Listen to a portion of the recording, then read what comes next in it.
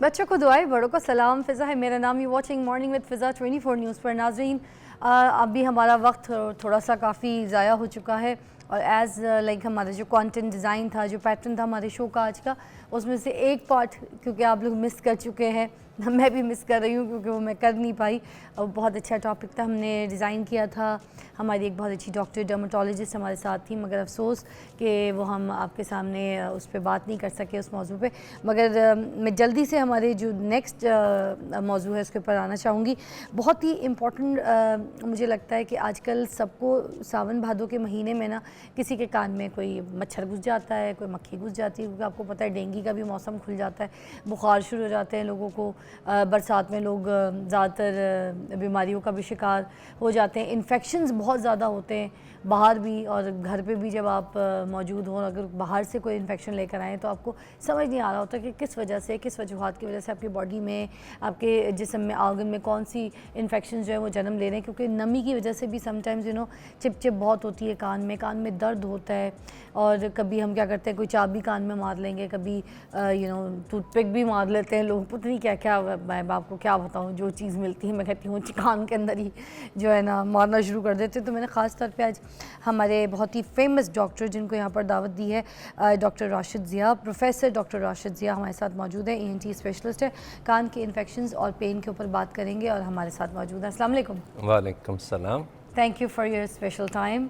आप हमारे लिए वक्त निकालते हैं। तो डॉक्टर साहब, सबसे पहले पूछना चाहूँगी कि 3 बड़े फंक्शंस हैं कान के, तो देखने वालों को और मुझ समेत बताइए कि वो 3 कौन से फंक्शंस हैं कान के। इंसान अल्लाह मियाँ की सबसे खूबसूरत मखलूक है और इंसानी फेस को मास्टरपीस कहा गया है, best of the best in our human body. कान के 3 बड़े फंक्शन, सबसे पहले तो कॉस्मेटिक्स हैं। दायां कान बाएं कान के बराबर होना चाहिए और सिमेट्री में ही ब्यूटी है। ठीक। और पीर्सिंग प्लीज़ सड़क पे ना करवाएं, रोड साइड पे ना करवाएं। नाक में पीर्सिंग, कान में piercing can lead to serious issues. Infection नहीं, total disfigurement of ear auricle हुआ है और बार बार हो रहा है। हफ्ते में 1-2 पेशेंट आता है जिसका कान बिल्कुल बैडली डिस्टॉर्टेड है, शेप चेंज हो चुकी है। वो क्योंकि पहले तो चलो ये एक कान के सुराख का फैशन था, अब तो 1, 2, 3, 4, 5 यहाँ तक पूरा थर वाला जो फैशन है जी, वो ट्रेंडिंग में आ गया है। ख्याल ये है कि घर के जितने ऑर्नामेंट्स हैं वो जैसे कपड़े लटकाते हैं, कान पे ज़रूर लटकाने हैं। अच्छा। तो हम देखा देखी ग्लोबल विलेज बनते बनते तो एक से भी वही ब्यूटी होती है, एक कान में भी पहनने वो ज़रा और फैशन है। लेकिन प्लीज़ बच्चों को अर्ली पीर्सिंग ना करवाएं। करवानी है तो किसी डॉक्टर से, किसी एंटीसेप्टिक कंडीशन में, क्लीन कंडीशन में करवाएं। पहले तो घर में सुइयों से कर देते थे ना लोग, खालाएं आती थी उनको कहते थे। अब सिंपल सी चीज़ें अवेलेबल हैं, स्टरलाइज हैं, एब्सोल्युटली जर्म फ्री हैं। किसी डॉक्टर के पास प्लीज़ ज़रूर जाए। अच्छा। और बच्चे को जब तक 10-12 साल का नहीं होता, बच्चा क्लीनलीनेस नहीं समझता, हाथ बार बार नहीं धोता, वो ज़ख़म पे हाथ लगाएगा, वो डेफिनेट ख़राब होगा। और मल्टीपल पीर्सिंग हैं तो वो तो डेफिनेटली किसी डॉक्टर से कराएं। तो ये तो हमारे वहाँ तो मिथ बनी हुई है कि नहीं, बचपन में कराओ तो जल्दी हील हो जाता है, तो इसमें क्या सच्चाई है? No, it's not fair, it's very unfair for a baby जो बेचारे ने अभी स्कूल जाना है, उसको पेरेंट्स अपनी दिल लगी के लिए, तो छोटी सी खुशी के लिए ना, ये काम नहीं करना चाहिए। और कॉस्मेटिक के बाद सबसे बड़ा फंक्शन हीयरिंग है और हीयरिंग और बोलचाल एमलगमेटेड हैं, खूबसूरत तरीके से इंटरवोवन है, एम्ब्रॉयडरी की अल्लाह में। जो अच्छा सुनेगा वही साफ बोलेगा। जो बच्चे थोड़ा सा 20% भी कम सुनेंगे वो स्कूल में अटेंटिव नहीं होंगे, वो टीचर को तंग करेंगे, वो इनडिफरेंट होंगे, वो बाकी क्लासमेट के साथ लड़ेंगे। और जो बिल्कुल नहीं सुनते, they are highly agitated children. अच्छा, तो जो बच्चे इतने सारे स्टूडेंट्स होते हैं, मोस्टली आपको पता है घर में ये शिकायत आ रही होती है कि बच्चे जो है तवज्जो नहीं दे रहे, अच्छी तरीके से पढ़ नहीं रहे, फोकस नहीं हो रहे। मगर कैसे पता चलेगा टीचर को या पेरेंट को कि हमारे बच्चे जो हैं वो सही से सुन नहीं पा रहे, उनकी हेयरिंग प्रॉपर्टीज़ जो है वो प्रॉपर नहीं है? क्या पता इस वजह से वो लैक ऑफ स्टडीज़ में थोड़ा सा पीछे हो रहे हैं, अपने टाइम नहीं दे रहे हो, फोकस्ड नहीं हो पा रहे हो सकता है ना कि उनको वो जो एक हेयरिंग प्रॉपर्टीज़ प्रॉपर चाहिए वो नहीं सुनाई दे रही। तो मुझे ये बता दें कि सामने वाले को हम कैसे चेक कर सकते हैं, स्पेशली अपने बच्चों को, कि इनकी हेयरिंग प्रॉपर्टीज़ कितनी है? इसमें नथिंग टू वरी, बड़ा सिंपल है। 99.9% बच्चे जो दुनिया में आते हैं उनकी हीयरिंग बाई बर्थ बिल्कुल ठीक होती है। जस्ट 0.1% में मसला होता है। बाई बर्थ जब दुनिया में तशरीफ़ लाए, बच्चा जो ही लैंड करता है उसकी हीयरिंग आम तौर पे ठीक होती और वो उसी दिन पहले मिनट में 1 मिनट में चेक हो सकती। अच्छा। वो गांव में भी चेक हो सकती, वो शहर में भी चेक हो सकती। ठीक है। लेकिन उसके बाद अगर बच्चा फीडर ही पी रहा है और लेट के पी रहा है और माएँ फीड देने के बाद उसको काफ़ी देर उसकी गैस भी नहीं निकाल रही, दूध अव्वल तो माँ को खुद देना चाहिए, ठीक है, बैठ के देना चाहिए। और ड्यूरिंग सक्लिंग फीड के दौरान माँ और बच्चा बिल्कुल आर्मी मैन की तरह एक्टिव होने चाहिए, smiling, active, not sleepy, not drowsy. अगर थोड़ा बच्चा लेट के दूध पी रहा है, सर नीचे है, तो 100% यही दूध नाक के पीछे के दूध को भी बढ़ा रहा है। अच्छा। वो सर्जरी पे एंड होगा। और यही दूध कानों के अंदर अल्लाह मियाँ ने नोज़ से पीछे सीधा रास्ता दिया हुआ है। बाहर से हमारे पर्दा आता है अगर कान को देखें तो, लेकिन नाक के पीछे से सीधा मिलता हुआ पीछे एंड तक कान के अंदर तक रास्ता बिल्कुल क्लियर है। अच्छा। अगर बच्चा फीड लेट के पिएगा तो 100% दूध और इन्फेक्शन उसके कानों में जाएगी। Oh my God. इसका मतलब कि बच्चे को सिटिंग या सेमी सिटिंग पोस्चर में होना चाहिए फीडिंग के दौरान, और मामा मुस्तकिल प्लेफुल है बच्चे के साथ, उसके पाँव को, उसके सर को स्माइल कर रही है। माँ स्माइल करेगी तो पूरी फैमिली स्माइल करेगी। मतलब बच्चे ने एक्टिव होना इम्पोर्टेंट है। एग्जैक्टली। ड्यूरिंग नॉट कि हम उसको स्लीप वे में ले, हम तो मोस्टली यही करते हैं ना, मुझसे भी ये गलती हुई है कि फराल को सुलाते वक्त मैं अपनी बेटी को तो दूध पिलाती होती थी और मैं कोशिश करती थी कि दूध पीती पीती सो जाए, बोतल काफी देर मुंह में भी रखती थी। एग्जैक्टली। फीड को, बॉटल को स्लीपिंग पिल ना समझा जाए। It's a very active act. जैसे आप डाइनिंग टेबल पे बच्चे को बैठा के खिलाएंगी तो उसको साथ अच्छी अच्छी बातें करेंगे, he should be very active. Okay. अब आपने फीड देने के बाद ज़रूरी है कि कोई बंदा भी लम लेट ना हो जाए फ़ौरन। राइट। पूरे घर के 10 चक्कर मामा उस बच्चे को पकड़ के लगाएगी, पीछे से थंप करेगी थोड़ा सा, ताकि गैस जो स्वालो कर गया बच्चा अच्छी खासी वो निकल जाए। ओके। तब सुलाएंगे, वरना वो सारी गैस, सारे दूध को कई दफ़ा मुंह में ले आएगी। वही अमल इन्फेक्शन का बायस बनेगा। और कान के अंदर इन्फेक्शन जिसको ग्लू ईयर, OME कहते हैं, ये 30% बच्चों में होता है। जितने भी दूध पीते की एज है 2 से 3 साल, 30% बच्चों में otitis media with fee and glue year होता है। और आजकल तो 3 साल पे एवरेज बच्चा शहर में जा रहा है स्कूल में।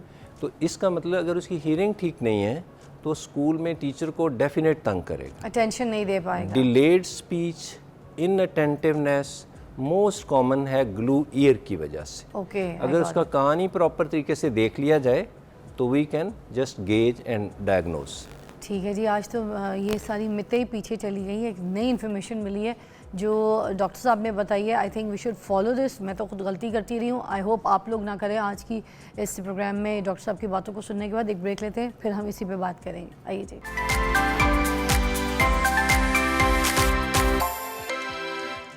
Welcome back, you watching morning with Fiza. और नाजरीन, आई एम सो सॉरी क्योंकि आज आपके सामने ये जो इम्पोर्टेंट बुलेटिन्स और ये ब्रेकिंग न्यूज़ हैं तो ये चल रही है और आपको पता है किस हालात की वजह से चल रही हैं, किस सिचुएशंस की वजह से हैं, तो हमने सिचुएशंस के साथ आपको आगाह भी करना है। इस वजह से हम बार बार जो है ब्रेक ले रहे हैं। हमारे जो मेहमान हैं, अभी जैसे हमारे पास ENT स्पेशलिस्ट थे डॉक्टर राशिद ज़िया, तो उनके साथ पूरी गुफ्तगू नहीं हो सकी। मैं नेक्स्ट कोशिश करूँगी उनको जल्दी अपने प्रोग्राम में बुलाऊँ और जो हम पेन और उसके इन्फेक्शंस के ऊपर बात कर रहे थे उसको आगे कंटिन्यू करूँ। एनीवे, अभी हम अपने दूसरे कॉन्सेप्ट की तरफ चलते हैं जो कि एक्स्ट्रा मैरिटल अफेयर्स। इसके ऊपर मुझे लगता है बात करनी है। हमने बड़ा अच्छा डिज़ाइन किया है इसको। आपके सामने जिस मेहमान को मदू किया है वो डॉक्टर डॉक्टर नबिया अली ख़ान है, साइकोलॉजिस्ट भी है और आप इनको सोशल मीडिया पे बहुत ज़्यादा देखते हैं। She is very famous. अस्सलाम वालेकुम, बहुत शुक्रिया आपके टाइम का। वालेकुम अस्सलाम। कैसी तबीयत है आपकी? मैं बिल्कुल ठीक ठाक, अल्लाह का शुक्र। आपके लिए तो बड़े मज़े का टॉपिक है क्योंकि आप बड़ा अच्छा बोलती है उसके ऊपर और बड़ा खुल के बोलती है। तो ये एक्स्ट्रा मैरिटल अफेयर क्या है, क्यों होते हैं, पहले आप बता दें फिर आगे चलते हैं। असल में मेरी एक्सपर्टीज़ तो बिहेवियर साइकोलॉजी में है और एबनॉर्मल साइकोलॉजी में है, लेकिन क्योंकि मैं रिलेशनशिप को भी डील करती हूँ और बिहेवियर्स इसमें बड़ा मायने रखते हैं, तो इस वक्त जो रिलेशनशिप की प्रॉब्लम्स हैं, मैंने बड़ी रिसर्च की पाकिस्तानी लोगों पर, पाकिस्तानी माइंड पर, इनकी साइकोलॉजी पर, ख़ास तौर पे ख़वातीन पर। बहुत मुश्किल है पाकिस्तानी ख़वातीन के माइंड को रीच करना, क्योंकि यहाँ पर जो एक्स्ट्रा मैरिटल अफेयर्स की तादाद बढ़ रही है, उसमें जितनी तादाद मर्दों की है अब उतनी ही तादाद ख़वातीन की भी है। और सूरत हाल ये है कि पूरी दुनिया में अगर आप रेशो देख लें एक्स्ट्रा मैरिटल अफेयर्स की, तो वो तकरीबन 65% है। लेकिन अगर आप पाकिस्तान में बात करें तो 75% अबव एक्स्ट्रा मैरिटल अफेयर्स जो हैं वो इस वक्त यहाँ पर मौजूद हैं, और जिसमें कामयाब तो खैर 7 to 5% ही होते हैं, 5 to 7% ही हैं। लेकिन मैं ये ज़रूर कहूँगी कि इस वक्त हमारा माशरा जिस बेरारवी की तरफ चल पड़ा है, ये इंतहाई ख़तरनाक है, ये अलार्मिंग सिचुएशन है, जिसमें अगर आप ये समझें कि एक्स्ट्रा मैरिटल अफेयर्स जो हैं वो कोई बहुत अच्छी चीज़ है, तो ये कोई बहुत अच्छी चीज़ नहीं है। ये एक ऐसा ताल्लुक़, एक ऐसा रिश्ता है जिसमें आप दूसरे शख्स के साथ जो है वो एक नाजायज़ ताल्लुक़ में है। ये वो ताल्लुक़ नहीं है कि जिसमें आप बड़े जो है वो कॉन्फिडेंस के साथ लोगों को बता सकेंगे जी मेरा किसी के साथ एक्स्ट्रा मैरिटल अफेयर है। ये कोई अच्छी बात नहीं है। अगर हम अकॉर्डिंग टू इस्लाम भी देखें, माशरती इक़दार को भी देखें, लेकिन क्या है कि आज मर्द जो है वो अपनी बीवी से छुप कर एक अफेयर चलाता है और उसको एक्स्ट्रा मैरिटल अफेयर का नाम दे दिया जाता है। एक बीवी जो है जब शौहर उसको वक्त नहीं देता, वो अपना टाइम पास करने के लिए किसी भी ऐसे शख्स के साथ एसोसिएट हो जाती है जो उसको एहसास दिलाता है कि मैं तुम्हारे लिए हूँ, और उसे बातें करता है और उसको जो है उसका टाइम पास हो रहा है। आपको नहीं लगता कि हमारे जितने यहाँ पे ड्रामाज भी हैं, जैसे काफ़ी बड़े बड़े नाम, जी, एक ड्रामा तो खलील रहमान कमर साहब का लिखा हुआ था, मेरे पास तुम हो, बिल्कुल, उसमें भी इसी स्टोरी ट्रैक को डिस्कस किया गया था, एक्स्ट्रा मैरिटल अफेयर्स। उसमें सिचुएशंस कुछ इसी तरह की दिखाई थी, आपको पता है जी बिल्कुल कि हुमायूं सईद बहुत अच्छा शौहर होता है, बीवी का सारा रख रखाव देखना, ख्याल, अच्छा बाप भी होता है, मगर उसके बावजूद जो आयज़ा का कैरेक्टर था उसको दिखाया कि वो अदनान सिद्दीकी की जो लबलबी बातें हैं, उसकी जो दिखावी दुनिया है उसकी तरफ खिंची चली जाती है। बिल्कुल ऐसे ही है, जबकि उसको अपने शौहर से मोहब्बत होती है, मगर उसके बावजूद उसके जो रुझाव है वो उस तरफ चल जाए। तो आपको नहीं लगता हमारे ड्रामाज भी जो हैं वो थोड़ा सा ये रोल प्ले करते हैं हमारे माशरे को ख़राब करने के लिए? देखिए बिल्कुल करते हैं। 5% ख़वातीन सिर्फ पाकिस्तान में ऐसी हैं जो इस ड्रामे के साथ, अगर आप उस खातून के साथ जो एक करैक्टर है उसके साथ जाती हैं, 5%, इसके अलावा नहीं। ज़्यादातर ख़वातीन जो पाकिस्तानी हैं वो घर बसाने की कोशिश करती हैं, हर मुमकिन हद तक अपने शौहर के एक्स्ट्रा मैरिटल अफेयर्स भी बर्दाश्त करती हैं और ख़ुद कोशिश करती हैं कि अपने बच्चों के साथ या अपनी फैमिली के साथ जो है वो टाइम स्पेंड करें।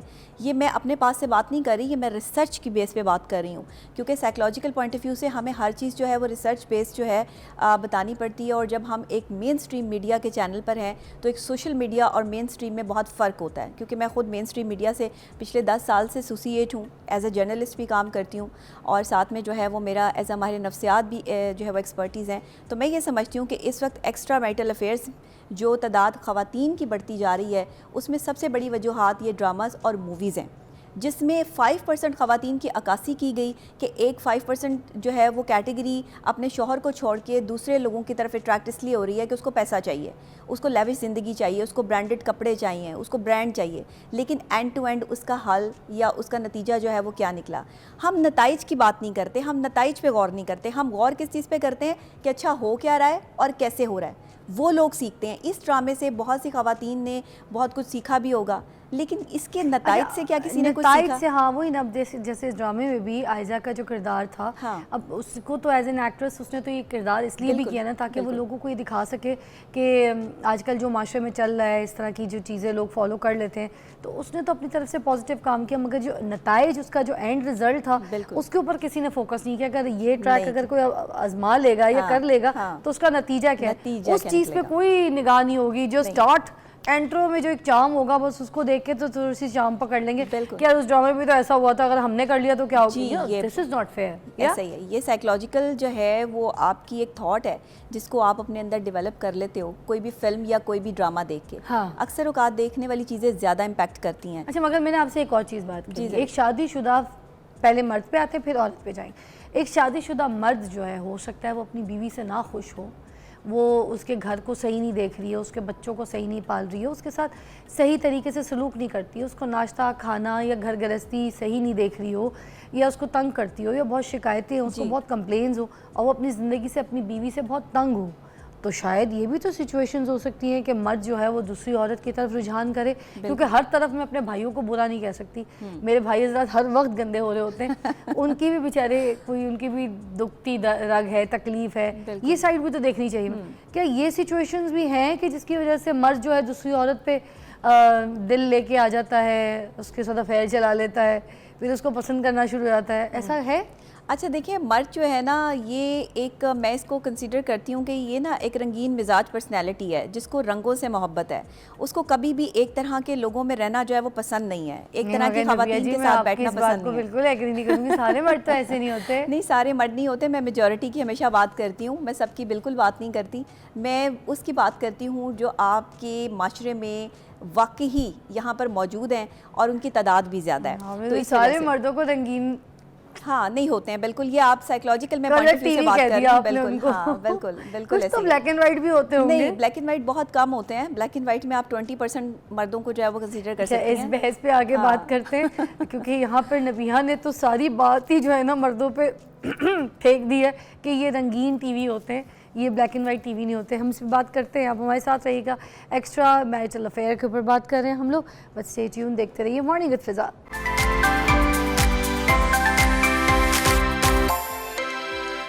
Welcome back, you watching morning with Fiza और डॉक्टर नबिया अली ख़ान हमारे साथ मौजूद हैं, साइकोलॉजिस्ट भी हैं। और साथ साथ आज हमारा जो टॉपिक है मैं बता दूं, एक्स्ट्रा मैरिटल अफेयर, हम इसके ऊपर बात कर रहे हैं। ब्रेक से पहले हम बात ये कर रहे थे कि जो मर्द हजरात हैं वो एक्स्ट्रा मैरिटल अफेयर, शादीशुदा अफराद जो है वो क्यों चला रहे होते हैं, उनकी क्यों इस तरह से दिल जो है दूसरी लड़की को देख के धड़कना शुरू हो जाता है या उनको प्यार हो जाता है, मोहब्बत हो जाता है शादी के बाद ही, उसका क्या रीज़न है। तो अभी आप इसको थोड़ा सा एलेबरेट कीजिए कि क्या ये रीज़न्स सिर्फ इस वजह से है कि वो अपनी घर की बीवी जो है उससे खुश नहीं है, या फिर ये घर वालों की पसंद से शादी होती है, या कोई घर में कोई नाचाकियाँ चल रही हों, या कोई ऐसी बात जो बीवी में मतलब उसको बाद में पता चले कि भाई ये सही नहीं है, ये ऐसी थी, ये मैके ज़्यादा जाती है, ये मेरी बात नहीं सुनती, इन सब वजह से फिर उसका दिल भर जाता है और वो जाके दूसरी औरत के ऊपर जो है दिल फेंकना शुरू कर देता है। प्लीज़ एलेबरेट कीजिए। जी बिल्कुल, आपने बहुत सारे पॉइंट्स तो खुद ही बता दिए हैं, रेस कर दी हैं। इसमें जो कुछ चीज़ें हैं वो मैं आपको बता देती हूँ।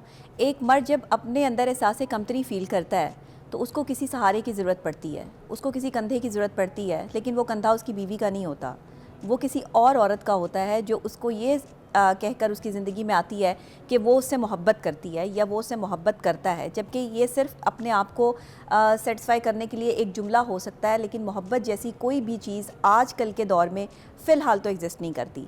दूसरी ख़ास बात, वो बीवियाँ जो अपने आप को साफ़ सुथरा नहीं रखती, अपने शौहर के लिए सजती संवरती नहीं हैं, उनके शौहर उनकी तरफ देखना भी पसंद नहीं करते, तो फिर ज़ाहिरी बात है एक्स्ट्रा मैरिटल अफेयर के लिए उन्हें किसी और खातून की ज़रूरत पड़ती है और फिर वो उसकी तरफ जो है वो अट्रैक्ट होते हैं। मतलब मुंह से बदबू आना, दांत को साफ ना रखना, ब्रशिंग ना करना सही से, ज़्यादातर जो है बालों का साफ ना होना, बालों का साफ ना होना, ग्रीसिंग सर से स्मेल आना।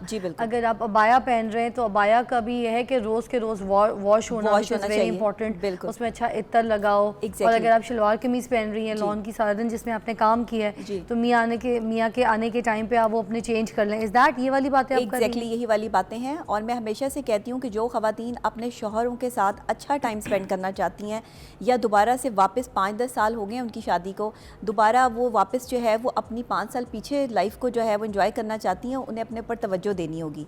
सबसे ज़्यादा जो इफ़ेक्ट होता है ना शादी के बाद, वो औरत की पर्सनैलिटी पे होता है, क्योंकि एक औरत जो है वो मेंटली खुश होने की बजाय डिस्टर्ब हो जाती है। उसकी सबसे बड़ी वजह क्या है कि उस पर जिम्मेदारी होती है।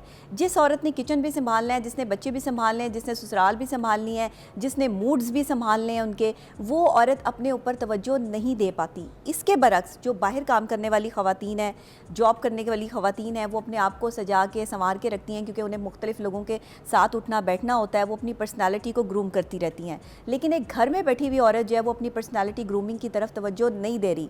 तो शौहर जब एक बाहर से सजी सवरी औरतें देख कर आ रहा है और घर में वो एक ऐसी औरत देख रहा है जिसमें से प्याज और लहसुन की स्मेल आ रही है, या वो किचन से जो है वो पसीने पसीन शराबूर आके ही जो है वो अपने शौहर के सामने खड़ी हो गई है, आपका एक स्पेसिफिक वक्त होना चाहिए। शौहर ने जिस वक्त घर आना है उससे पहले आपको तैयारी करनी चाहिए कि आपका शौहर घर आ रहा है, शादी को 20 साल हो जाए, मैं कहती हूँ आपका ये अमल कभी ख़त्म नहीं होना चाहिए। ख़वातीन छोड़ देती हैं मामला को। इन मामलों में मैंने देखा है मर्द हज़रात जो हैं पसीने पसीनों भी बाइक चला के मेहनत करके मुशक्क़त करके अपने बच्चों की बीवी की रोटी कमाने के लिए जब बाहर निकलते हैं, आते के साथ ही शावर में घुस जाते हैं। मर्द की हाँ सबसे पहली जो घर के अंदर एंट्री है वो खाना मांगता है, मगर ये कहता है मैं शावर लेके आ रहा हूँ, बिल्कुल तो खाना लगाओ। ऐसे ही है, बिल्कुल ऐसे मोस्टली सबके घर के भाई बहन अगर आप देखें तो यही सिनेरियो सुनने में आता है, भाई अपनी बहनों को, बेगमात को, अम्मी को बोलते हैं रोटी बना दे गरम गरम, जल्दी में शावर लेकर आए, बिल्कुल, ठीक है, और 2 मिनट का शावर लेते हैं, फ्रेश हो जाते हैं, साफ सुथरे नए कपड़े पहन के, तो बच्चे अब एक साफ सुथरा बंदा औरत क्यों नहीं करती? औरत की मैं आपकी बात आपकी बिल्कुल पॉइंट, औरत नहीं करती, थोड़ा सा ये मसला है। औरत क्या करेगी सारा दिन, अगर उसने हांडी बना ली, पसीने में है, मेहनत कर ली और घर की सफाई कर ली, तो जब मियाँ आएगा तो हमारी औरत को थोड़ा सा सिंपैथीज हासिल करने की भी बहुत आदत है। पसीने में अजीब सी हालत, बम फटा, जानबूझ के उसको पसीना पोंछ के दिखाएंगी कि नहीं सारा दिन इतना काम किया, तुम्हारी माँ ने इतना काम करवाया, बच्चों ने इतना भगवाया, भाई मेड तो किसी काम की नहीं है, ये नहीं है, वो नहीं है, शिकायतें लेके बैठ के गंदी हालत से। शौहर ये वाली बातें सुनना चाहते हैं, लेकिन शौहर ये बातें सुनना नहीं चाहते हैं। उनको ये सिंपैथी नहीं चाहिए, किसी और वे में देखना चाहते हैं। उन्हें बीवी में एक गर्लफ्रेंड की सिचुएशन चाहिए, वो भी चाहिए ना, बाहर देख रहे हैं अगर वो ये भी दे दे इन्हीं चीजों के साथ, तो मुझे लगता है कि ये फिर बाहर अच्छा ये कम हो जाएंगे। एक्स्ट्रा मैरिटल अफेयर, खवातीन की लापरवाही की वजह से मर्द जो है वो बाहर जाता है। अच्छा। मर्द, मैं आपको कहूँ कि 4 लोगों में बैठ के कभी अपने घर की बातें डिस्कस नहीं करता, लेकिन औरतों को ये आदत होती है कि 4 औरतें जहाँ इकट्ठी हुई अपने शौहर की बुराइयां स्टार्ट कर दी। मेरा शौहर तो मेरी तरफ देखता ही नहीं, मेरा शौहर तो मुझे ये करता ही नहीं, अपने अब्बू को बता रही है, अपनी अम्मी को बता रही है, खुद की हो रही होती है, मतलब भाई आपका शौहर आपकी तरफ नहीं देखता, इसमें प्रॉब्लम किसकी है? उसके देखने के लिए कोई चीज होगी तो देखेगा ना। आपको साफ सी बात बताऊं, मैं आज शो पे ऐसे तैयार होकर ना बैठूं, मुझे कोई नहीं देखेगा। एग्जैक्टली हमें करना पड़ता है। शौहर ने तो ख्वाब भी देखे थे कि भाई मेरी किसी हूर परी से शादी होगी, मेरा ख्याल रखेगी, मुझसे प्यार करेगी, मेरी खिदमत करेगी। बिल्कुल सही बात करी आप। हाँ, ये मैं psychological point of view I don't know why मैं ये पाकिस्तानी मर्दों की साइकोलॉजी को सामने रखते हुए बात कर रही हूँ कि वो क्या चाहते हैं। सारा दिन का थका हारा मर्द आए घर में तो उसको सुख की सांस, सुख की रोटी और खूबसूरत हूर परी दिखनी चाहिए। जैसे जन्नत में हमें हूर परी उनको मिलनी है, बिल्कुल, तो दुनिया में भी तो मिलनी चाहिए। और लड़कियों को, खवातीन को अपने आप को बहुत बना संवार के रखना चाहिए। अच्छा एक और बात, आप कहीं बाजार जाती है मेरी बहनें तो ऐसा सज के जाती है ना कि मैं आपको क्या बताएं, ठीक है, मगर वही जो सजना सवरना जो मियाँ के सामने, उसके लिए टका कुछ नहीं। देखिए ना, बाजार जा रही है, डॉक्टर के पास जा रही हैं, ऐसे रेडी होके जा रही हैं कि जैसे पता नहीं क्या हो गया है। लेकिन शौहर घर आ रहा है तो मेरे सर में दर्द है। काफ़ी लोग, खवातीन की ये साइकोलॉजी है कि जैसे ही शौहर घर आ रहा होगा ना, सर पे दुपट्टा बांध लेंगी, ये मेरे सर में बहुत दर्द है, आज सारा दिन मैंने बहुत काम किया है, मेरे पास टाइम नहीं है। अब वो जब आपके पास आना चाहता है, आपके करीब आना चाहता है, आप दूर भाग रही हैं। आपकी कमर में दर्द है, आपके पट्ठों में दर्द है, आपके जो है वो आंखों में प्रॉब्लम है, आपके सर में मसला है। अच्छा एक ब्रेक जरूरी है, ब्रेक के बाद ज्वाइन करते हैं। आप देख रहे हैं morning with Fiza, will be right back.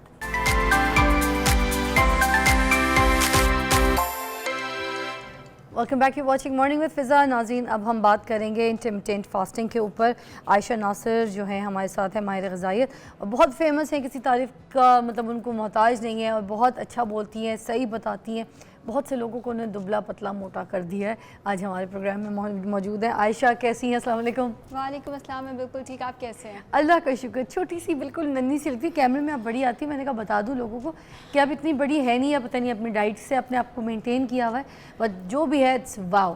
Thank you so much, बहुत बहुत शुक्रिया। तो आज हम बात कर रहे हैं इंटरमिटेंट फास्टिंग के ऊपर। आयशा मुझे तो ये बताइए, इतना मैं इसको सर्च कर रही थी कि पूरी दुनिया इसके ऊपर आई हुई है यार, हर कोई ये फास्टिंग कर रहा है, तो ये बिल्कुल उसी तरीके से है जैसे हम रोज़ा रखते हैं या कुछ और है? आज ये सारी चीज़ें आपने हमें बतानी है। तो सबसे पहले ये है क्या, कहाँ से ये इजाद हुई है और ये कितनी कारआमद है, बताइएगा। अच्छा, इंटरमिटेंट फास्टिंग जैसे हम रोज़ा रखते हैं उससे मिलती जुलती है, बस इसमें यह है कि आप ज़ीरो कैलोरी फूड्स ले सकते हैं। आप ज़ीरो कैलोरी फूड, जैसे अगर आपको फास्टिंग विंडो में प्यास लगी, आप पानी पी सकते हैं। अगर आपका एनर्जी लेवल लो हो रहा है या आपका बीपी लो हो रहा है, तो उस केस में आप यखनी बगैर चिकन के इस्तेमाल कर सकते हैं। 2 to 3 एग वाइट्स का इस्तेमाल कर सकते हैं। यानी जो मैं खा रही हूँ जौ का दलिया, ये खा सकते हैं? बिल्कुल भी नहीं, कोई भी चीज़ जो कार्बोहाइड्रेट्स की कैटेगरी में आती है उसका इस्तेमाल, इवन प्रोटीन का इस्तेमाल भी फास्टिंग विंडो में नहीं कर सकते। जब आप खा पी रहे हैं, वो एक सर्टेन विंडो होती है, वो भी अभी मैं एक्सप्लेन करती चलती हूँ, लेकिन जब आप खा पी रहे हैं उसमें तो आप जो मर्जी खाएं, लेकिन जब आप फास्टिंग विंडो में हैं तो अगर आपका एनर्जी लेवल लो हो रहा है, फिर आप यखनी का इस्तेमाल कर सकते हैं, या एग वाइट्स का,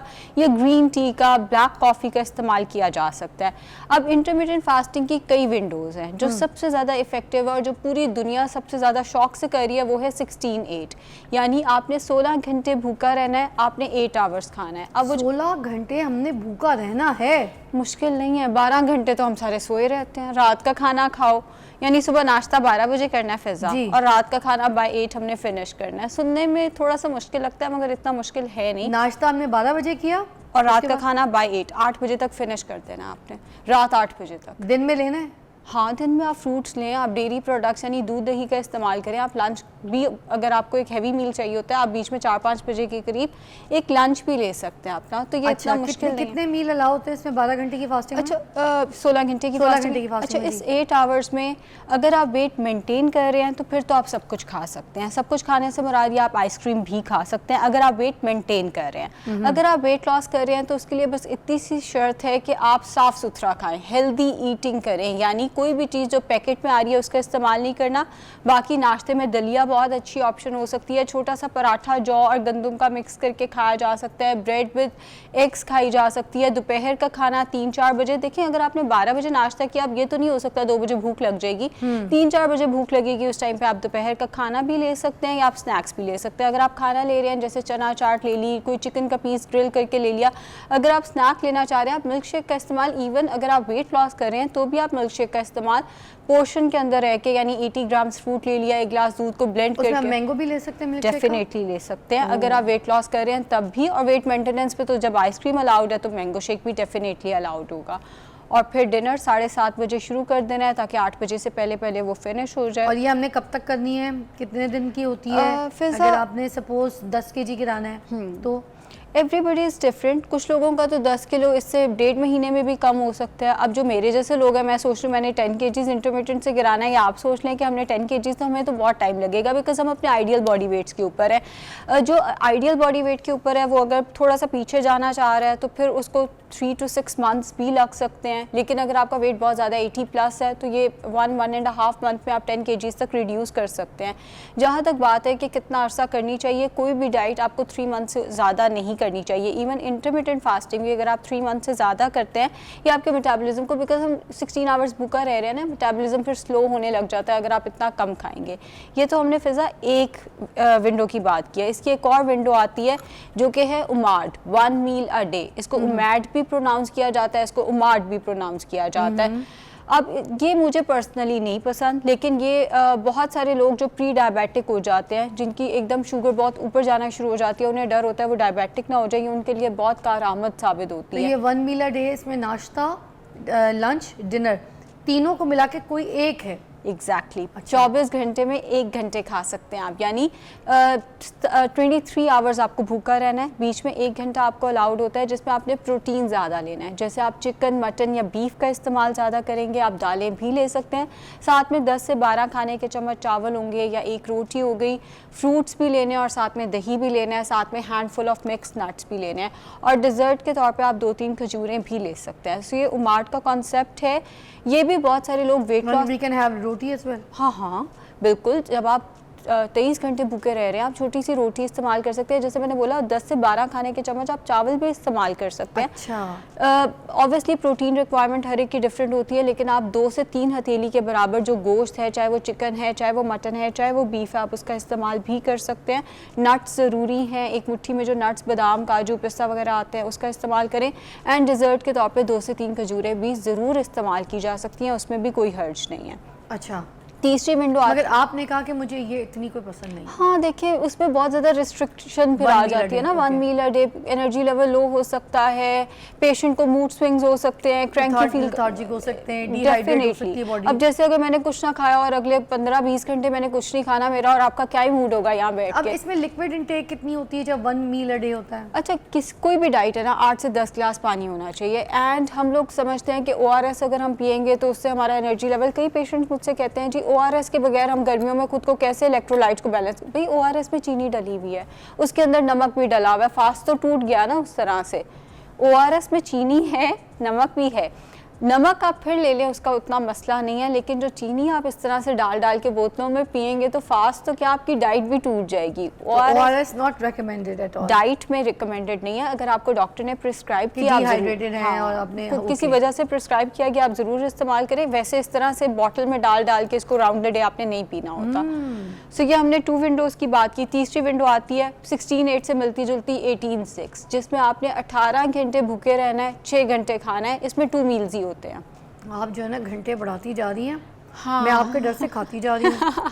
मैं कौन सी डाइट करूँगी, एक 16 घंटे, एक 1 मील अ डे, और ये अब 18 घंटे। बस बंदा खाए कब, किस वक्त? देखिए डिपेंड्स ना कि क्या लाइफस्टाइल कैसा है। हर एक के लिए हर चीज़ होती भी नहीं है फिज़ा। कुछ लोगों का लाइफस्टाइल ऐसा होता है कि वो उन्हें पूरा दिन खाना खाने का टाइम नहीं मिल रहा होता है। ये उन लोगों के लिए भी बहुत रिकमेंडेड है। या जो बाहर के मुल्क में लोग रह रहे हैं, वो सुबह उठ के एक नाश्ता करते हैं, बच्चों को स्कूल से छोड़ कर आकर 9-10 बजे, उसके बाद वो एक्सरसाइज करते हैं, 12 बजे एक खाना, और शाम को वो सपर ले लेते हैं 5 से 6 बजे। तो ये वाली डाइट वहाँ पर ज़्यादा इफेक्टिव है जहाँ दिन छोटे होते हैं। पाकिस्तान में तो इस वक्त दिन बहुत लंबे चल रहे हैं ना, तो हमारे लिए मुश्किल सुनने में लग रहा है। कामरान शाहिद जो हैं द फेमस एंकर, उनकी एक सीरियल शूट कर रही हूँ ना, डायरेक्टर भी वही है, लिखा भी उन्होंने, बहुत अच्छी सीरियल लिख रहे हैं और शूट कर रहे हैं माशाल्लाह। तो उनको मैंने देखा वो इंटरमीडिएट फास्टिंग पे, और इतना बैलेंस, वो उनके सामने कुछ भी आ जाए इज़ लाइक मैं फास्टिंग पे, मैं नहीं खा सकता, उनके अपने टाइमिंग्स हैं। देखिए तो मतलब उन्होंने वाकई लूज़ भी इतना कर लिया, मैं तो हैरान थी। मैंने कहा ये वाकई इतना फास्ट वर्क करता है, और इतने बड़े बड़े लोग कर रहे हैं इसको। हाँ, इसमें देखें फिज़ा विल पावर बहुत ज़्यादा मैटर करती है। कई लोग फास्ट तोड़ लेते हैं, जिनकी विल पावर अच्छी नहीं है वो फास्ट तोड़ लेते हैं, फिर इसका कोई ज़्यादा फ़ायदा नहीं होता।